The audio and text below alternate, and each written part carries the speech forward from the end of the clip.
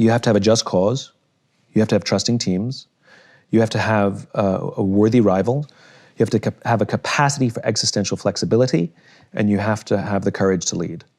So just cause. We have to give our people something to advance, a cause so just that they would be willing to sacrifice their interests in order to do so. In other words, turn down a better paying job, or frequent business trips, or working late hours. And though I may not like those things, I do them because it feels worth it, because I believe in what I'm a part of here, because I feel that I'm helping advance. Because there's no achieving in the infinite game. The goal is not final achievement. The goal is advancing, to progress in the infinite game. And to have that vision of an idealized state of the world that all men are created equal, right? It's an ideal that a nation is striving towards, that will never actually get there, but will die trying. That's the point. And we can offer people the same thing inside an organization. In fact, we have to give them something to advance. Now, how is this different from the why? A why comes from the past. It is an origin story. Every single one of us has our own unique why. It is our birthright. It comes from the sum total of how we were raised as kids. It is objective. You have one, and you have one for the rest of your life. The only one, right? And the rest of our lives are about making the decisions that help us keep in balance with our why. A just cause doesn't come from the past. A just cause is about the future. It's about where we're going, right? You can have multiple just causes. You can have one professionally, you can have one personally, you can have one for your family, you can have one for your church. And we're involved in all of these.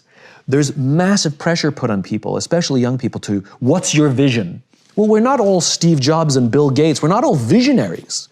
We don't have to have a vision, but we do have to find a vision, that we can find someone else's vision, and we are so compelled by it that we want to make it our own. That's what it means to go work for a company with a visionary leader, that we believe in that vision so clearly that we take their vision and we make it our own. And we will happily contribute our work, our effort, in order to advance what is now my vision. Right? Martin Luther King had a vision. He stood on the steps of the Lincoln Memorial and told us his vision, but his vision became our vision. So I may not have come up with that vision, but I found it, and I'd like to devote time and energy to help advance it, even beyond him. We have to give our people a just cause. We have to have trusting teams. Your vision comes from your purpose, and your purpose comes from your pain. When people ask me all the time, how do I find my purpose? How do I find my... It's one of the number one questions people have. Well, it's actually pretty easy. To find your purpose, you just have to understand that it comes from your pain. Whatever you struggled with the most as a human being in your life is the thing that you want to help other people through. And that may be something on a big scale where you want to change the world and make sure that it never happens to anybody else ever again and ease the suffering for others along the journey. If you're watching this video, you're on this channel, it's probably more the way that you lean, but it could also just be the people closest to you. The closest members in your family, your closest friends, the team that you're on, your coworkers. Those are the people who you want to help the most. You don't have to go off and change the world, but you do have to feel like what you do matters. At the end of the day, all of us want to make sure that we wake up and we feel like today's going to matter. When you feel like today matters to somebody, that you're going to be doing work that is in service to other people, that you will matter to them, that what you create today will matter to them, it's going to make you feel better. It's going to make you feel alive. It's going to make you feel worthy. It's going to make you feel proud of yourself. However, when you wake up and you feel like today doesn't matter, like nobody cares if you show up, that your work will be meaningless, you're just going to toil away and do useless things. We probably all had jobs like that, right? You had a job like that, you woke up, you went to your work, felt like you're just going to plug away, even if you were working hard, but it just didn't matter. There's no appreciation. The work you did didn't matter. It didn't matter if you showed up or not. Right? That's, I think most people, we've at least had a job like that at some point in our past. And that's the path down to feeling worthless and depression, anxiety, and suicide, and a lot of the problems that we're facing. For a lot of people, the biggest problem is just you don't feel like the work you're doing is meaning anything to anybody, and therefore you feel like you don't matter because the work you're doing is not meaning anything to other people. Therefore, you don't matter. Because deep down, we all want to serve. You were built to serve. We all want to feel like what we do matters. So you don't have to necessarily have a big vision for the world, but you do have to figure out your purpose. And your purpose comes from your pain. So for me, I struggled so much as an entrepreneur as a 19-year-old getting his first business off the ground and turning down the big jobs and failing and sucking and making no money and just pouring everything I had into this company and being absolutely broke financially and emotionally. You know, the initial high of I'm going to start a business, I'm going to be an entrepreneur, we're going to do this, we're going to change the world, was great. And then it wears off when you realize nothing is happening. We're barely getting any customers, we're barely making any money. The high of the launch fades pretty quickly, and then you're in the muck of actually just trying to create things. And I really struggled, and those were the worst days of my life. It led to some of the best days, but just the worst days emotionally, feeling like I was worthless. And so that's why I do what I do, because I want to help all the 19-year-old Evans out there not struggle as much as I struggled, not be as embarrassed to ask for help, not to be as ashamed to feel like a total failure, not to feel like I'm going through this alone, not to have zero mentors and building this up, not to pretend like everything is great when it's not. And it's not only talking to 19-year-olds around the world. You know, it could be you. It could be the 52-year-old woman, you know, who's going through the same thing. It's that emotion. And so I love helping. I've helped a lot of big people with their channels and their businesses, but my heart is really in the startup, because that's where I really struggled the most myself. And so that's what I'm trying to create. And every day I wake up and try to do something else, whether it's a YouTube video or a TikTok or an Instagram or write the book or a speaking engagement, and whatever the next thing is, VR Evan and hologram Evan and 3D Evan and whatever, beaming into your living room. This is something forever. And people ask me, how have you not burnt out? How do you keep going? So many years later, thousands of videos later. Well, I feel like I'm living my purpose. I record videos on Tuesday. It's another Tuesday. We're sitting here in the car, and my wife is at her acupuncture appointment, and I joined her, and I've got my coffee, and I'm sitting in the car making videos, and this is video number I don't know how many thousand. And why I keep going? Well, because I feel like this video will mean something to at least one person. Maybe it hits 1 million people, maybe it hits one person, but it's going to be valuable to at least one person. And when you can feel that, when you can genuinely feel that you're making something that's going to actually touch at least one human being, man, that's a good addiction to get, you know, to feel like we matter. So think back to what was the most painful moment of your life. You want to find your vision, you want to find your purpose. What's the most painful moment of your life? When did you struggle the most as a human? When did you feel the most worthless, useless? It doesn't mean that you were suicidal, though maybe you were, but also doesn't mean that you were in depression. You know, maybe you were. But when did you just feel the lowest? I never had any suicidal thoughts. I don't think I was depressed either, but I felt really low. When was that moment for you? What were the worst days of your life?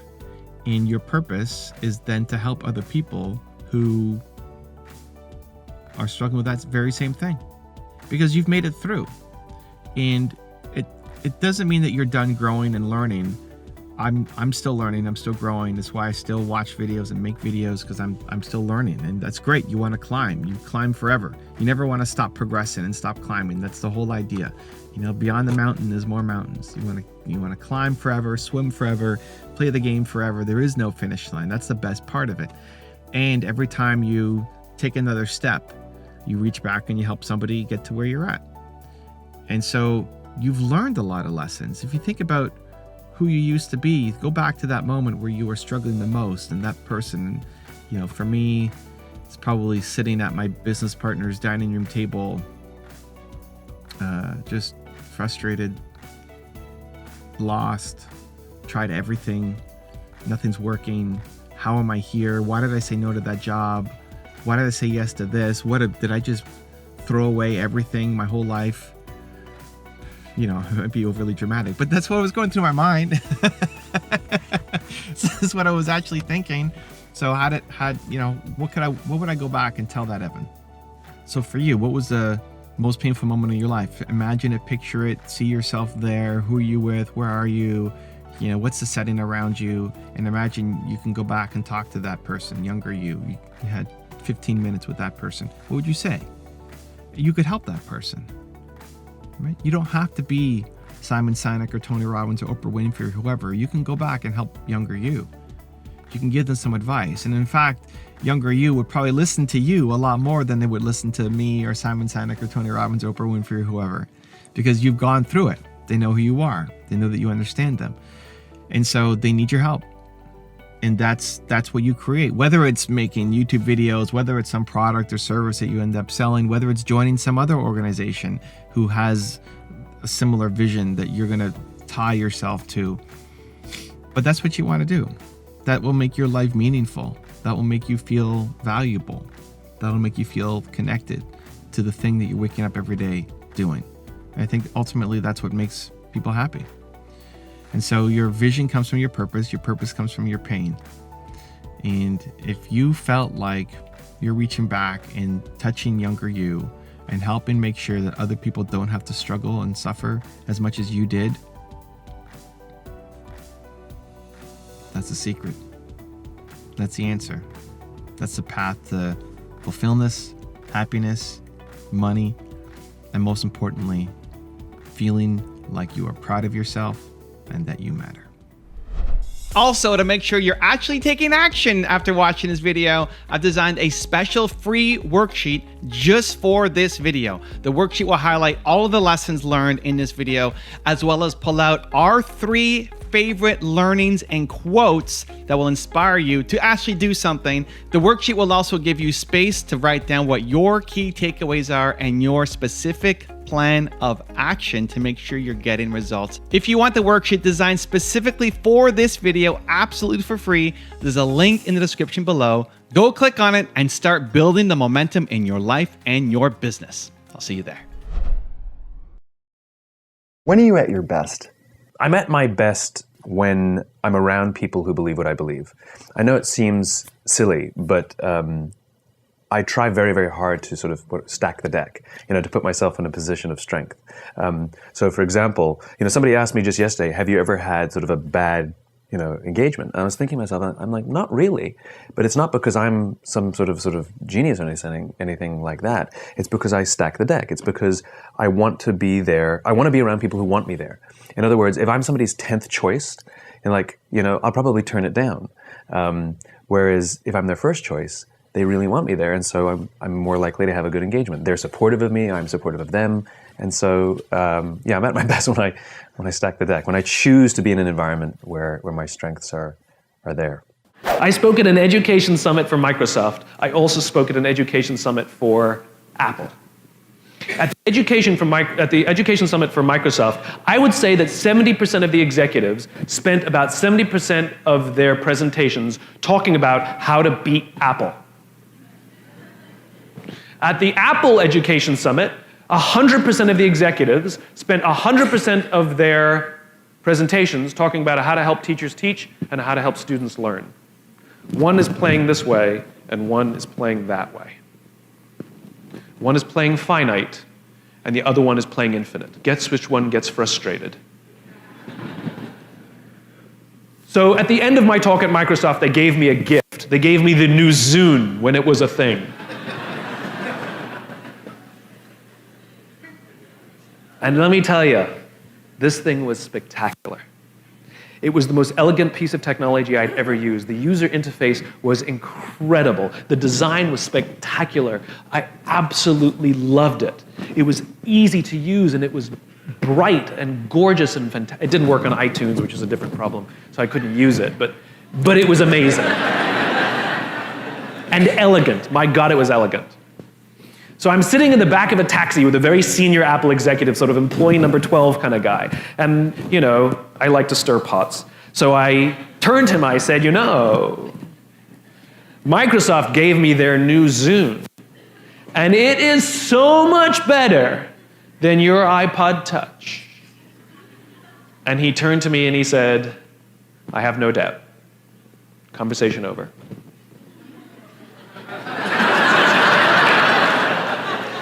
Because the infinite player understands sometimes you're ahead and sometimes you're behind. Sometimes your product is better and sometimes it's worse.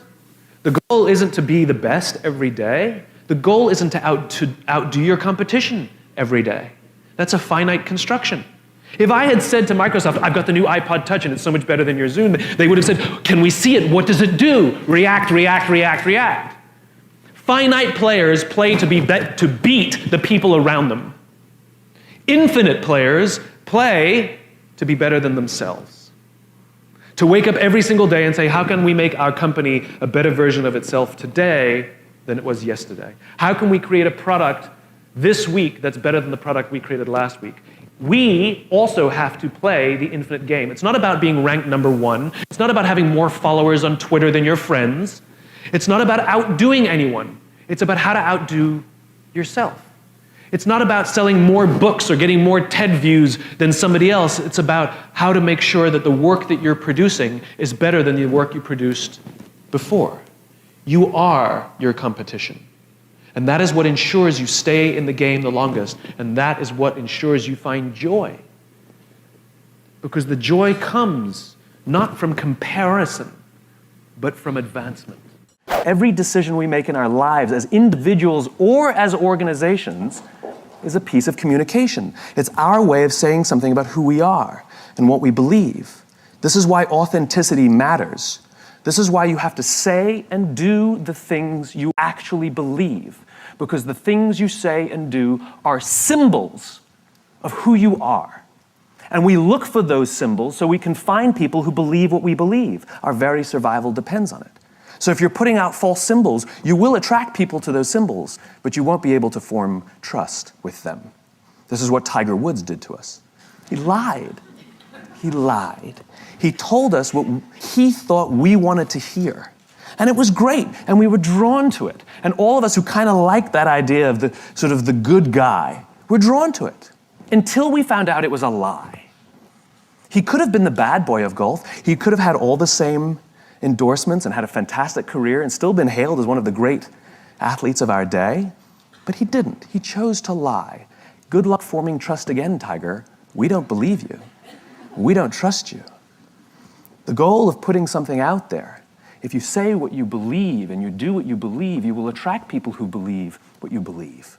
If you go to one of your friends and you say to one of your friends, how would you like me to dress so that you'll like me better? How would you want me to address you? How do you want me to speak so that you'll like me more? Right? Your friends are going to look at you and be like, what are you talking about? You're like, come on. What should I wear so that you'll find me more appealing? And how would you like me to speak to you so that you'll like me more? And your friends are going to tell you, just be yourself. That's why I like you. Just be yourself. Now think about what we do in industry. What do? We do market research, and we go out and we ask the customers, what kind of things, what style should we speak to you? How should we decorate ourselves? What kind of things are you drawn to so that we can do those things so you'll like us more? It's just as ridiculous. It's just as ridiculous. Organizations should say and do the things they actually believe, and they will attract people who believe what they believe. Or they can choose to lie, and at the slightest hint that they might be lying, cynicism sets in.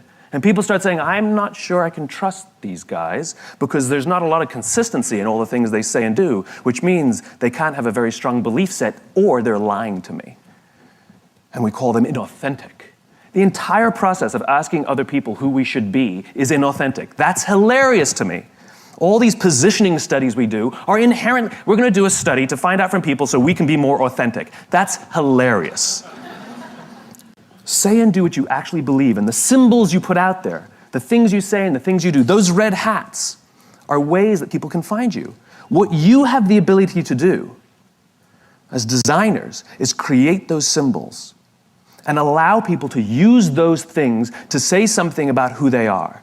Work for companies, work for clients, work for people who you believe what they believe. Show up and feel a part of something bigger than yourself. And your part is to put what they believe into pictures and words and symbols and graphics so that other people can use those things to say something about who they are. People put Harley-Davidson logos on their body to say something about who they are. Corporate logo. Ain't no Procter & Gamble's tattooed on anybody's arm. Because Harley means something. They stand for something. People put that tattoo on there not to tell you that they own a motorcycle. They put that tattoo there to tell you something about themselves. You ever see anybody with a Mac laptop put a sticker over that beautiful shining apple? Ain't never gonna happen. Then how will you know who I am? Do you ever see anybody with a PC break out the Windex to clean out their computer? Mac people? Have you ever seen a dirty Mac? Doesn't exist. Does not exist. Why? Because it's who I am. These are symbols we use. The companies that are crystal clear in what they believe, and they're disciplined in how they do it, and they're consistent in what they do, and everything they say and everything they do serves as a symbol of the set of values and beliefs. We use those symbols to say something about who we are. We surround ourselves with the people and the products and the brands that say something about who we are. And when we can find the people who believe what we believe, we're weirdly drawn to them because our very survival depends on it. We need it. And so the more you can give of yourself, the more you can give of what you believe, the more you can with discipline, say and do the things you actually believe, strange things start to happen. What are your thoughts and what's your approach on finding and building upon passions? Passion is not an actionable word. It's correct, that those who do the things that they're passionate about do better, but it's not helpful advice. And so the question is, where does passion come from? Passion is a result. Passion is an energy. Passion is the feeling you have when you're engaged in something that you love. Passion is the feeling you have that you would probably do this for free, and you can't believe somebody pays you to do it, And I think we mistake that passion is something we do in our private lives, but it shouldn't be done in our careers, for example. And I'm a firm believer that you are who you are. And anybody who says, I'm different at home than I am at work, in one of those two places, you're lying. And the goal is to make everything you do in home and at work something that you have excitement to do. So how do you find the things that you're excited to do? Well, it's actually easier than you think. What are the things that you love to do? What are the things that you would do for free? How can you recreate that feeling and be paid for it? So what are the things that I do on the weekend, right? I love, I'm very involved in the art world. I love to go to museums and galleries, but I love to go see dance and performances because I want to see how others are interpreting the world. So that inspires me. New ideas, new thoughts, new ways of looking at the world are things that interest me privately, and I seek it out and pay money for it, right? So does that mean I have to have a career in the arts? No, it means I have to have a career where new ideas are explored, where people are experimenting and trying things out, and I have to explore new ideas and try things out, and I'm just as excited to go to work every day as I am to, go do something on a Saturday night. And so the idea of finding your passion is ironically simple because you should be doing stuff that you enjoy sometimes. What is the stuff that you enjoy, and then what is the stuff that you love? Who are the people that you love, and what do they all have in common? Nelson Mandela is a particularly special case study in the leadership world because he is universally regarded as a great leader. You can take other personalities, and depending on the nation you go to, we have different opinions about other personalities. But Nelson Mandela, across the world, is universally regarded as a great leader. He was actually the son of a tribal chief. And he was asked one day, how did you learn to be a great leader? And he responded that he would go with his father to tribal meetings. And he remembers two things when his father would meet with other elders. One, they would always sit in a circle. And two, his father was always the last to speak. You will be told your whole life that you need to learn to listen. I would say that you need to learn to be the last to speak. I see it in boardrooms every day of the week. Even people who consider themselves good leaders, who may actually be decent leaders, will walk into a room and say, here's the problem, here's what I think, but I'm interested in your opinion, let's go around the room. It's too late. The skill to hold your opinions to yourself until everyone has spoken does two things. One, it gives everybody else the feeling that they have been heard. It gives everyone else the ability to feel that they have contributed. And two, you get the benefit of hearing what everybody else has to think before you render your opinion. The skill is really to keep your opinions to yourself. If you agree with somebody, don't nod yes. If you disagree with somebody, don't nod no. Simply sit there, take it all in, and the only thing you're allowed to do is ask questions so that you can understand what they mean and why they have the opinion that they have. You must understand from where they are speaking, why they have the opinion they have, not just what they are saying. And at the end, you will get your turn. It sounds easy, it's not. Practice being the last to speak. That's what Nelson Mandela did. How do you develop self-confidence? We're kind of going off here now, but this is a topic I'm really passionate about right now. I believe self-doubt is one of the biggest killers to anyone's dreams. Yeah. So how does someone develop self-confidence and sustain it with the ever-going changes and stresses and uncertainties that always come up? Yeah. Once you reach a certain level, there's a new uncertainty. Yeah. So I think it's ironic that we call it self-confidence. Because I don't, for one, think it comes from the inside. I think our self-confidence comes from the outside. Right? You mean that's the wrong way of going about it, or you think that's where it comes from in general? We are being misdirected by the name. When we say build your self-confidence, that's the instruction is saying go inside, look inside oneself. Mm-hmm. But I think that's a false direction. Children aren't born self-confident. Their confidence is built from their parents and their friends and their teachers, where they're rewarded when they do well and they're pushed when they fail, when they can do better. Simply, we know this, that simply telling kids that they're great all the time actually doesn't build self-confidence, actually does the total opposite. Right? And I, for one, I can tell you, in my own experience, my own self-confidence, 100% comes from the relationships that I have. It's not some deep internal fortitude. A world-famous trapeze artist is not going to try a brand new death-defying act for the first time without a net. So it's the people in my life. It's when I do doubt myself that somebody says, "You got this." When somebody says, "I believe in you." When somebody says, "No matter what happens, whether it succeeds or fails, I'm going to be by your side." That's when I have the confidence to do difficult things. Wow. Right? I don't have some natural battery that just right. That to me is bravado. Yeah. I don't know if that's self-confidence. Being a huge risk taker is not an indication of self-confidence to me. Jumping out of a plane and jumping out of a plane with a parachute are two different things. Right? Right. To me, self-confidence is measured, and there should be a degree of doubt. But I think true self-confidence, belief in oneself and belief in one's cause, I could not do the things that I'm doing, and I would not have the strength to have made the sacrifices that I've made, or continue to wake up on a daily basis to drive to spread this message, if I were alone. And so when we talk about building one's self-confidence, I think the mistake that we make is that we look inside. I think the reality is when we're trying to build our self-confidence, we should be looking to our friends. We should be nursing our relationships. When I'm looking to build my self-confidence, the question is, who around me do I need to take care of?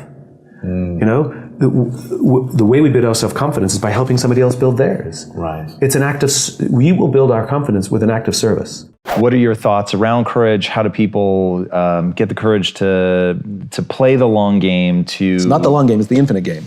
Because a long game could be 5 years, right? True. Yeah, this is forever. How do people build that? Everything that we're talking about in the infinite game is really, really, really, really hard. It is so much easier to build a company based on short-term ambitions than it is an infinite cause. It just is, right? It's also fun, right? Until it's not. Less inspiring, but sometimes fun, right? Hitting a goal feels good, right?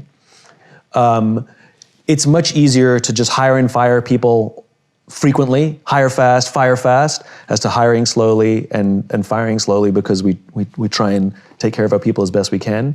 It's hard to build teams. All of that stuff we talked about leadership, like what am I supposed to do to build a trusting team? Well, I wish I could give you a list of 5 things. It's really, really hard to be a parent. It's much easier to be an uncle or an aunt or not have kids, right? It's hard, right? So why do it? You know, it's fun and exciting to try and beat our competitors, you know, but to have to face our own weaknesses every day, oh, that's exhausting. You know, existential flexibility, I'd rather not. I just would rather not. You know?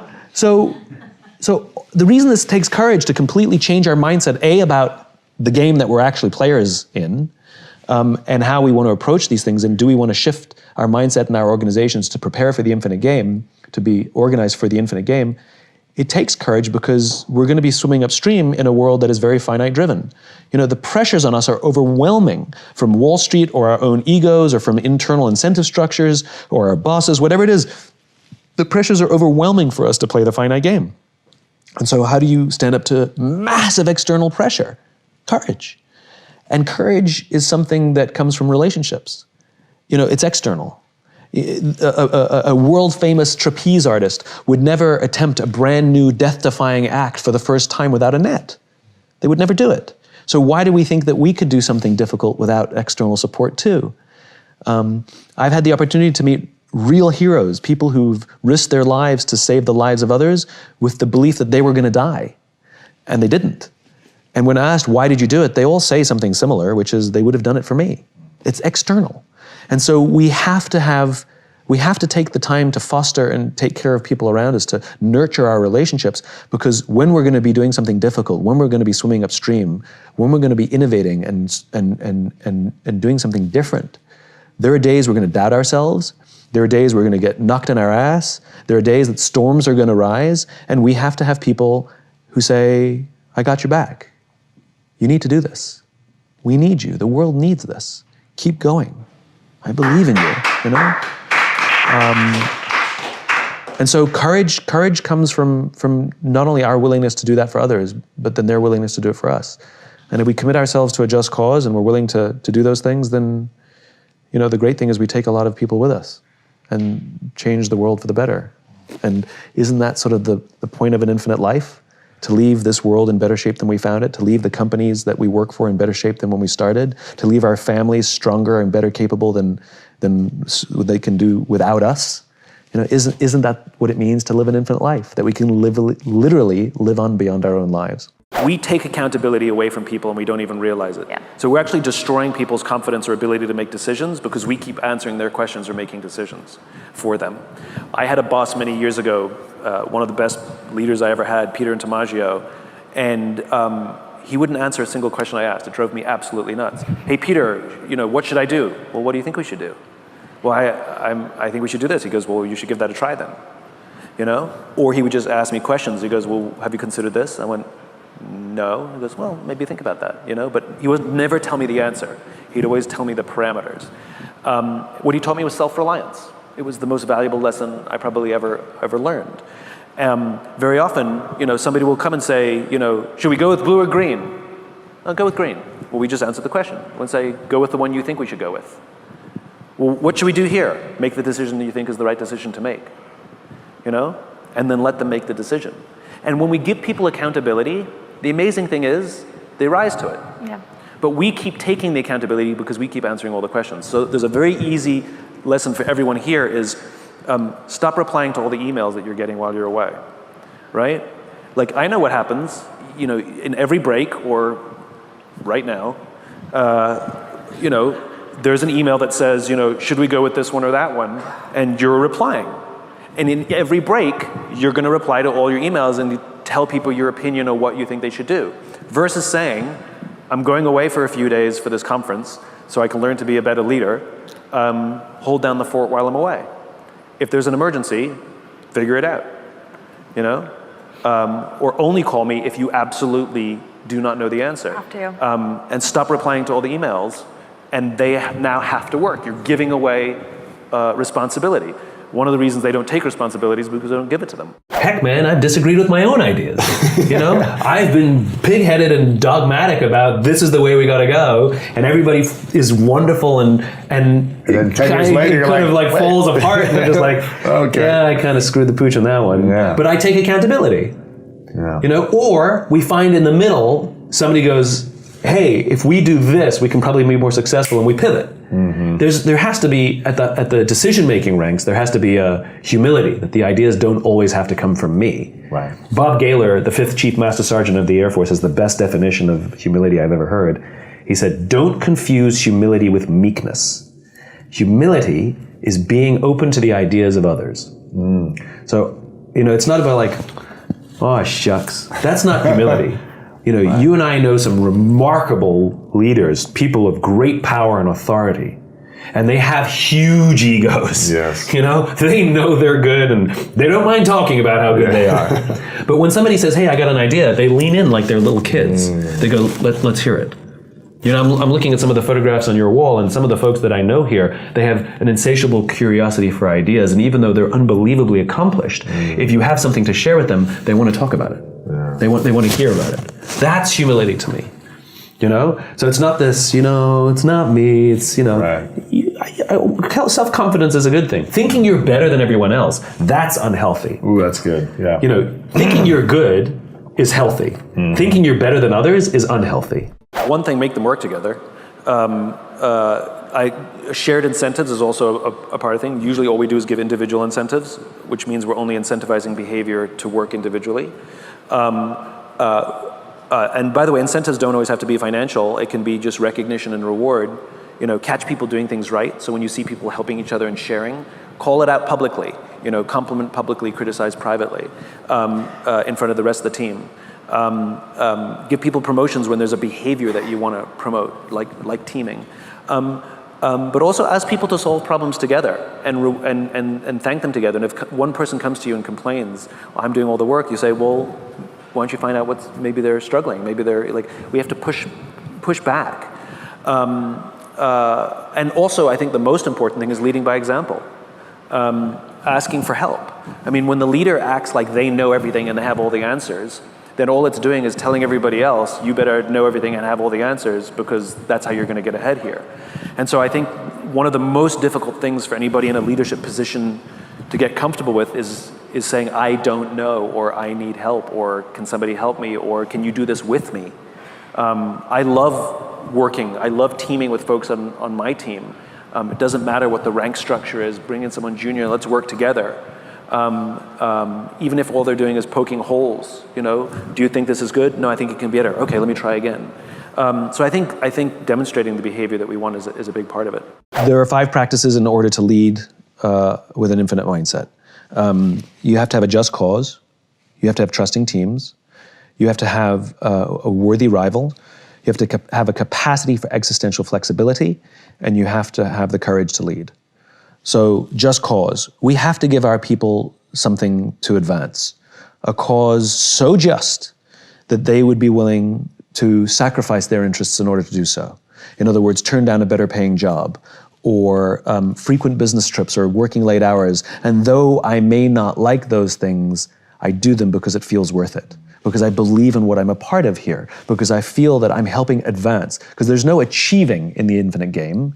The goal is not final achievement. The goal is advancing, to progress in the infinite game. And to have that vision of an idealized state of the world that all men are created equal, right? It's an ideal that a nation is striving towards, that will never actually get there, but will die trying. That's the point. And we can offer people the same thing inside an organization. In fact, we have to give them something to advance. Now, how is this different from the why? A why comes from the past. It is an origin story. Every single one of us has our own unique why. It is our birthright. It comes from the sum total of how we were raised as kids. It is objective. You have one, and you have one for the rest of your life. The only one, right? And the rest of our lives are about making the decisions that help us keep in balance with our why. A just cause doesn't come from the past. A just cause is about the future. It's about where we're going, right? You can have multiple just causes. You can have one professionally, you can have one personally, you can have one for your family, you can have one for your church. And we're involved in all of these. There's massive pressure put on people, especially young people, to, what's your vision? Well, we're not all Steve Jobs and Bill Gates. We're not all visionaries. We don't have to have a vision, but we do have to find a vision. that we can find someone else's vision, and we are so compelled by it that we want to make it our own. That's what it means to go work for a company with a visionary leader, that we believe in that vision so clearly that we take their vision and we make it our own. And we will happily contribute our work, our effort, in order to advance what is now my vision. Right? Martin Luther King had a vision. He stood on the steps of the Lincoln Memorial and told us his vision, but his vision became our vision. So I may not have come up with that vision, but I found it, and I'd like to devote time and energy to help advance it, even beyond him. There's a whole industry around, I think, work-life balance. Is that what it was? Yeah. It's like there's a massive industry that's just trying to teach this and help people with work-life balance. Yeah, the problem but it seems like it's failing. Right? It's treating a symptom, isn't it? It's like so many things in our life. So here's the bad analogy. So we buy running sneakers, and they have really thick, you know this. Yeah. They have really thick heels, tons of padding in the heel, right? But that's because people don't know how to run, right? Because we land with our heel, which is bad for our joints. You know, you're not supposed to have an extended knee. Yeah, all of it. You're supposed to be a toe planter, where your knees are always bent. I mean, you know all this. Yeah. So instead of teaching people how to run, what we do is we just build shoes with more padding in the heel and treat the symptom rather than the cause, right? And I think it's the same thing. You know, we treat symptoms instead of the cause. So the work-life balance thing, what we're doing is instead of changing businesses, instead of changing the way a business operates and changing the way in which we teach leaders to operate with an infinite mindset, so that we more naturally have work-life balance. And let's be crystal clear what work-life balance means. You know, doing more yoga does not create work-life balance. Right? That's the shoe. That's the shoe. That's the cushion on the shoe, right? Yeah. The imbalance is I feel safe at home. I don't feel safe at work. That's the imbalance. Wow. And no amount of yoga or vacation time is gonna fix that. What fixes that work-life imbalance is better quality leadership in our businesses. And then what you'll find is the balance. But instead what we do is we have an entire industry that's treating the symptom, that's putting cushion on the shoe to make us feel kinda for an hour that I've achieved balance. You know? But it's just for an hour. And you know, we literally market. You know, companies market themselves as helping provide you work-life balance. Unless you're teaching leaders to the people who are my bosses, then you are not helping me achieve work-life balance. You're helping me numb the pain. You're helping me cushion the blow. We all carry a narrative. Someone's lazy. Someone's stupid. Someone doesn't care. Someone's only in it for themselves. These are narratives that we carry. And the problem is when we evaluate their behavior through our narrative, it'll become self-reinforcing. We will see the things that reinforce our narrative. And the problem is then we'll treat them that way. If we've decided someone's lazy, we're going to treat them as lazy. So there's a great exercise to do, which is literally take out a piece of paper, and when we're struggling with someone, to think, what are the 20 other things that could be going on in their life? So yeah, number one, they're lazy. Possible. It's absolutely possible. Number two, they're having trouble in their marriage. Number three, their things have gone wrong and they don't know how to ask for help. Number four, they're still struggling with the trauma of COVID. Number five, their kids are flunking out of school. Like all of a sudden, we realize there's a lot of other reasons that could explain their behavior, and we will then treat them accordingly. We will treat them with greater empathy. You know, instead of walking into someone's classroom and saying, what the hell, your performance is still down. I've had this conversation with you before. You got to get your performance up, or I don't know what's going to happen. Or you can walk into their classroom and say, your performance is down. We've had this conversation before. Are you okay? I'm worried about you. They have a problem, but they aren't necessarily the problem. And even if ultimately it does become that they're a bad fit for the culture, they are still not the problem. They still are just a bad fit for the culture. They have a problem. We can help them solve that problem by going to help them relocate to a different school district where they're going to be so much happier. We're going to be so much happier. Everybody gets to be so much happier. So the other story I was thinking of is the story of Alan Mulally. When he took over Ford, Ford was losing money hand over fist. In other words, performance was in decline. And when he sat down with his most senior executives and he asked for a report on how their divisions were going, red, yellow, green, every single one of them delivered PowerPoints with all green slides. And he said at the end of the meeting, how can everything be green if we're losing billions of dollars? And they just sat there. And he had another meeting. Same thing, all green. And he said the same thing. How can everything be green if we're losing billions of dollars? The problem was the previous leader, if you delivered a red slide, you got fired. And so there was no way that anybody was going to tell the truth because their job depended on it. And so one executive took the risk to turn one slide red. And Mullally said, thank you for the visibility. That's great transparency. Now, how can we all help him fix that problem? He has a problem. He is not the problem. All the other executives thought he was going to get fired. Turns out he wasn't. And slowly but surely, everybody, including leadership, could finally get a clear and transparent view of what was actually going on in their organization. And they worked together to solve the problems. If somebody was struggling, people said, how can we help you? Rather than, I'm fine, you're the one that's screwing everything up. So it's a great way to think about it. We come to work feeling uncomfortable that some of the decisions that are being made don't benefit the good of the employee, that it really benefits this artificial constituency that we call the shareholder, which is really just a bunch of institutional investors. There's this shareholder myth because there's been a steady decline of the middle class being involved in the stock market for years. And the whole point of the stock market was that we all get to share in the wealth that we helped build, because it's on the back of average Joe employees that produced the great wealth in the nation. And the whole point of the stock market, the genius of the modern day corporation, the genius of the public company, was that we all get to share in the wealth that we're helping produce. Unfortunately, over the course of the 80s and 90s, we've seen systems produced where we're seeing the general population, the middle class, actually be less included in that success. And the reason I wrote The Infinite Game was because I myself got tired of being told by people in positions of authority or people of extreme wealth that I was naive, that I don't understand how business works.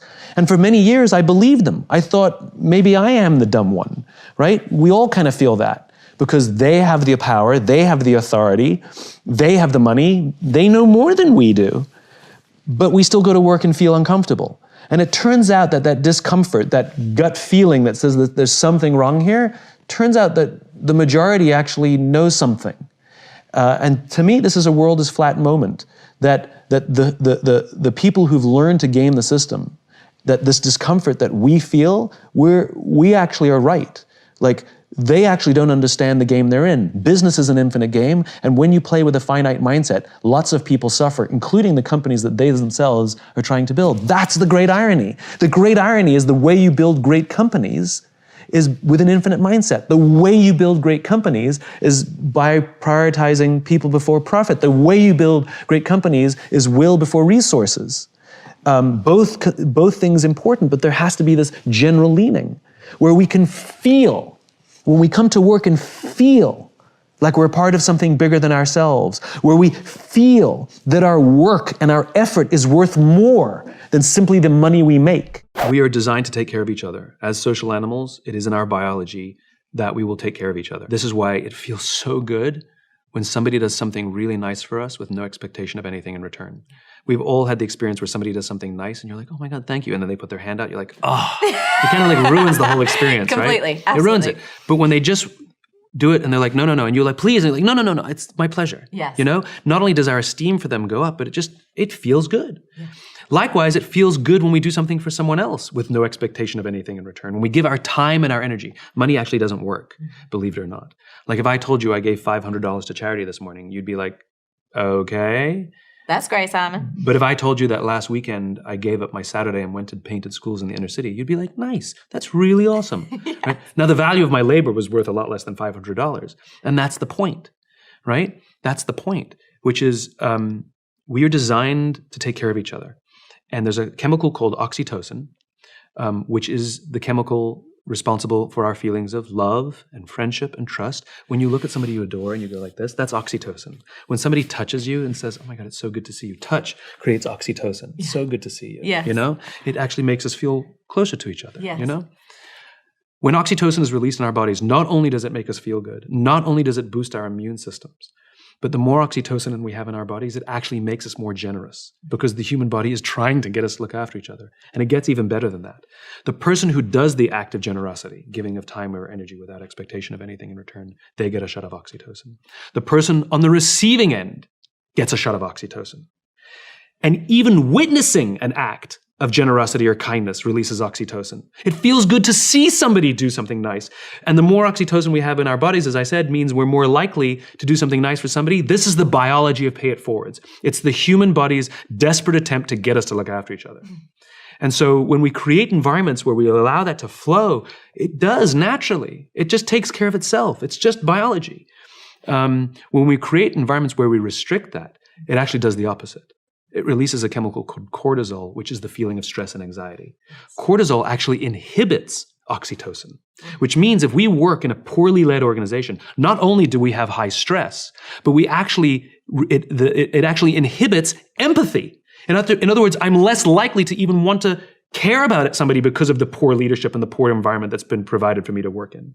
Right? And the more cortisol we have in our bodies, stress goes up, anxiety goes up, it affects our immune systems. Happy people live longer. Happy people have lower rates of cancer, diabetes, and heart disease. Which means when you're in a position of leadership, you're actually medically responsible for the lives of these people. Get the environment right, they will live longer, they will suffer lower cases of disease, and they will probably have happier families because of it. Whereas if you're a bad leader, over the course of time, you're actually killing the people working with you. Our jobs are actually killing us. The thinking of Milton Friedman, the 1970s economist, has really dominated sort of business theory today. He theorized that the responsibility of business, this is his definition, the responsibility of business is to maximize profit within the bounds of the law, right? What about ethics? You know, like a pharmaceutical company that raises the price on essential drug 200%, 300%, 500%, 800%. It's not illegal. It is unethical, right? It makes us uncomfortable. And yet the law is not broken. That's not a good enough standard to run a business. And it was his thinking that gave rise to the theory of shareholder supremacy, which was a theory proposed in the late 1970s, where we prioritize the wants, needs, and desires of a shareholder over the needs of the customer or the employee, which is like a coach who's trying to build a great team by doing what the fans want versus what the players need, right? That's basically shareholder supremacy. And as I said, it was just a theory proposed in the late 1970s that was popularized during the boom years of the 80s and 90s. Mass layoffs, where we use the livelihoods of human beings to meet arbitrary projections on an annualized basis at the end of the year, did not exist as a standard business practice prior to the 1980s. Did not exist. It was popularized during the 80s and 90s. The dismantling of Glass-Steagall, which was an act passed after the Great Depression to prevent another Great Depression from happening, and by the way, was extremely effective. Between the dismantling of the Glass-Steagall in the 80s and 90s and the Great Depression, there were a total of 0 stock market crashes. Since the dismantling, all in the name of corporate profit, we've had 3. We had the dot-com boom, Black Monday in 2008. In other words, when we play simply with a finite mindset, we actually do long-term damage to our own system that's supposed to benefit all of us. And I find that upsetting. We've seen the rise of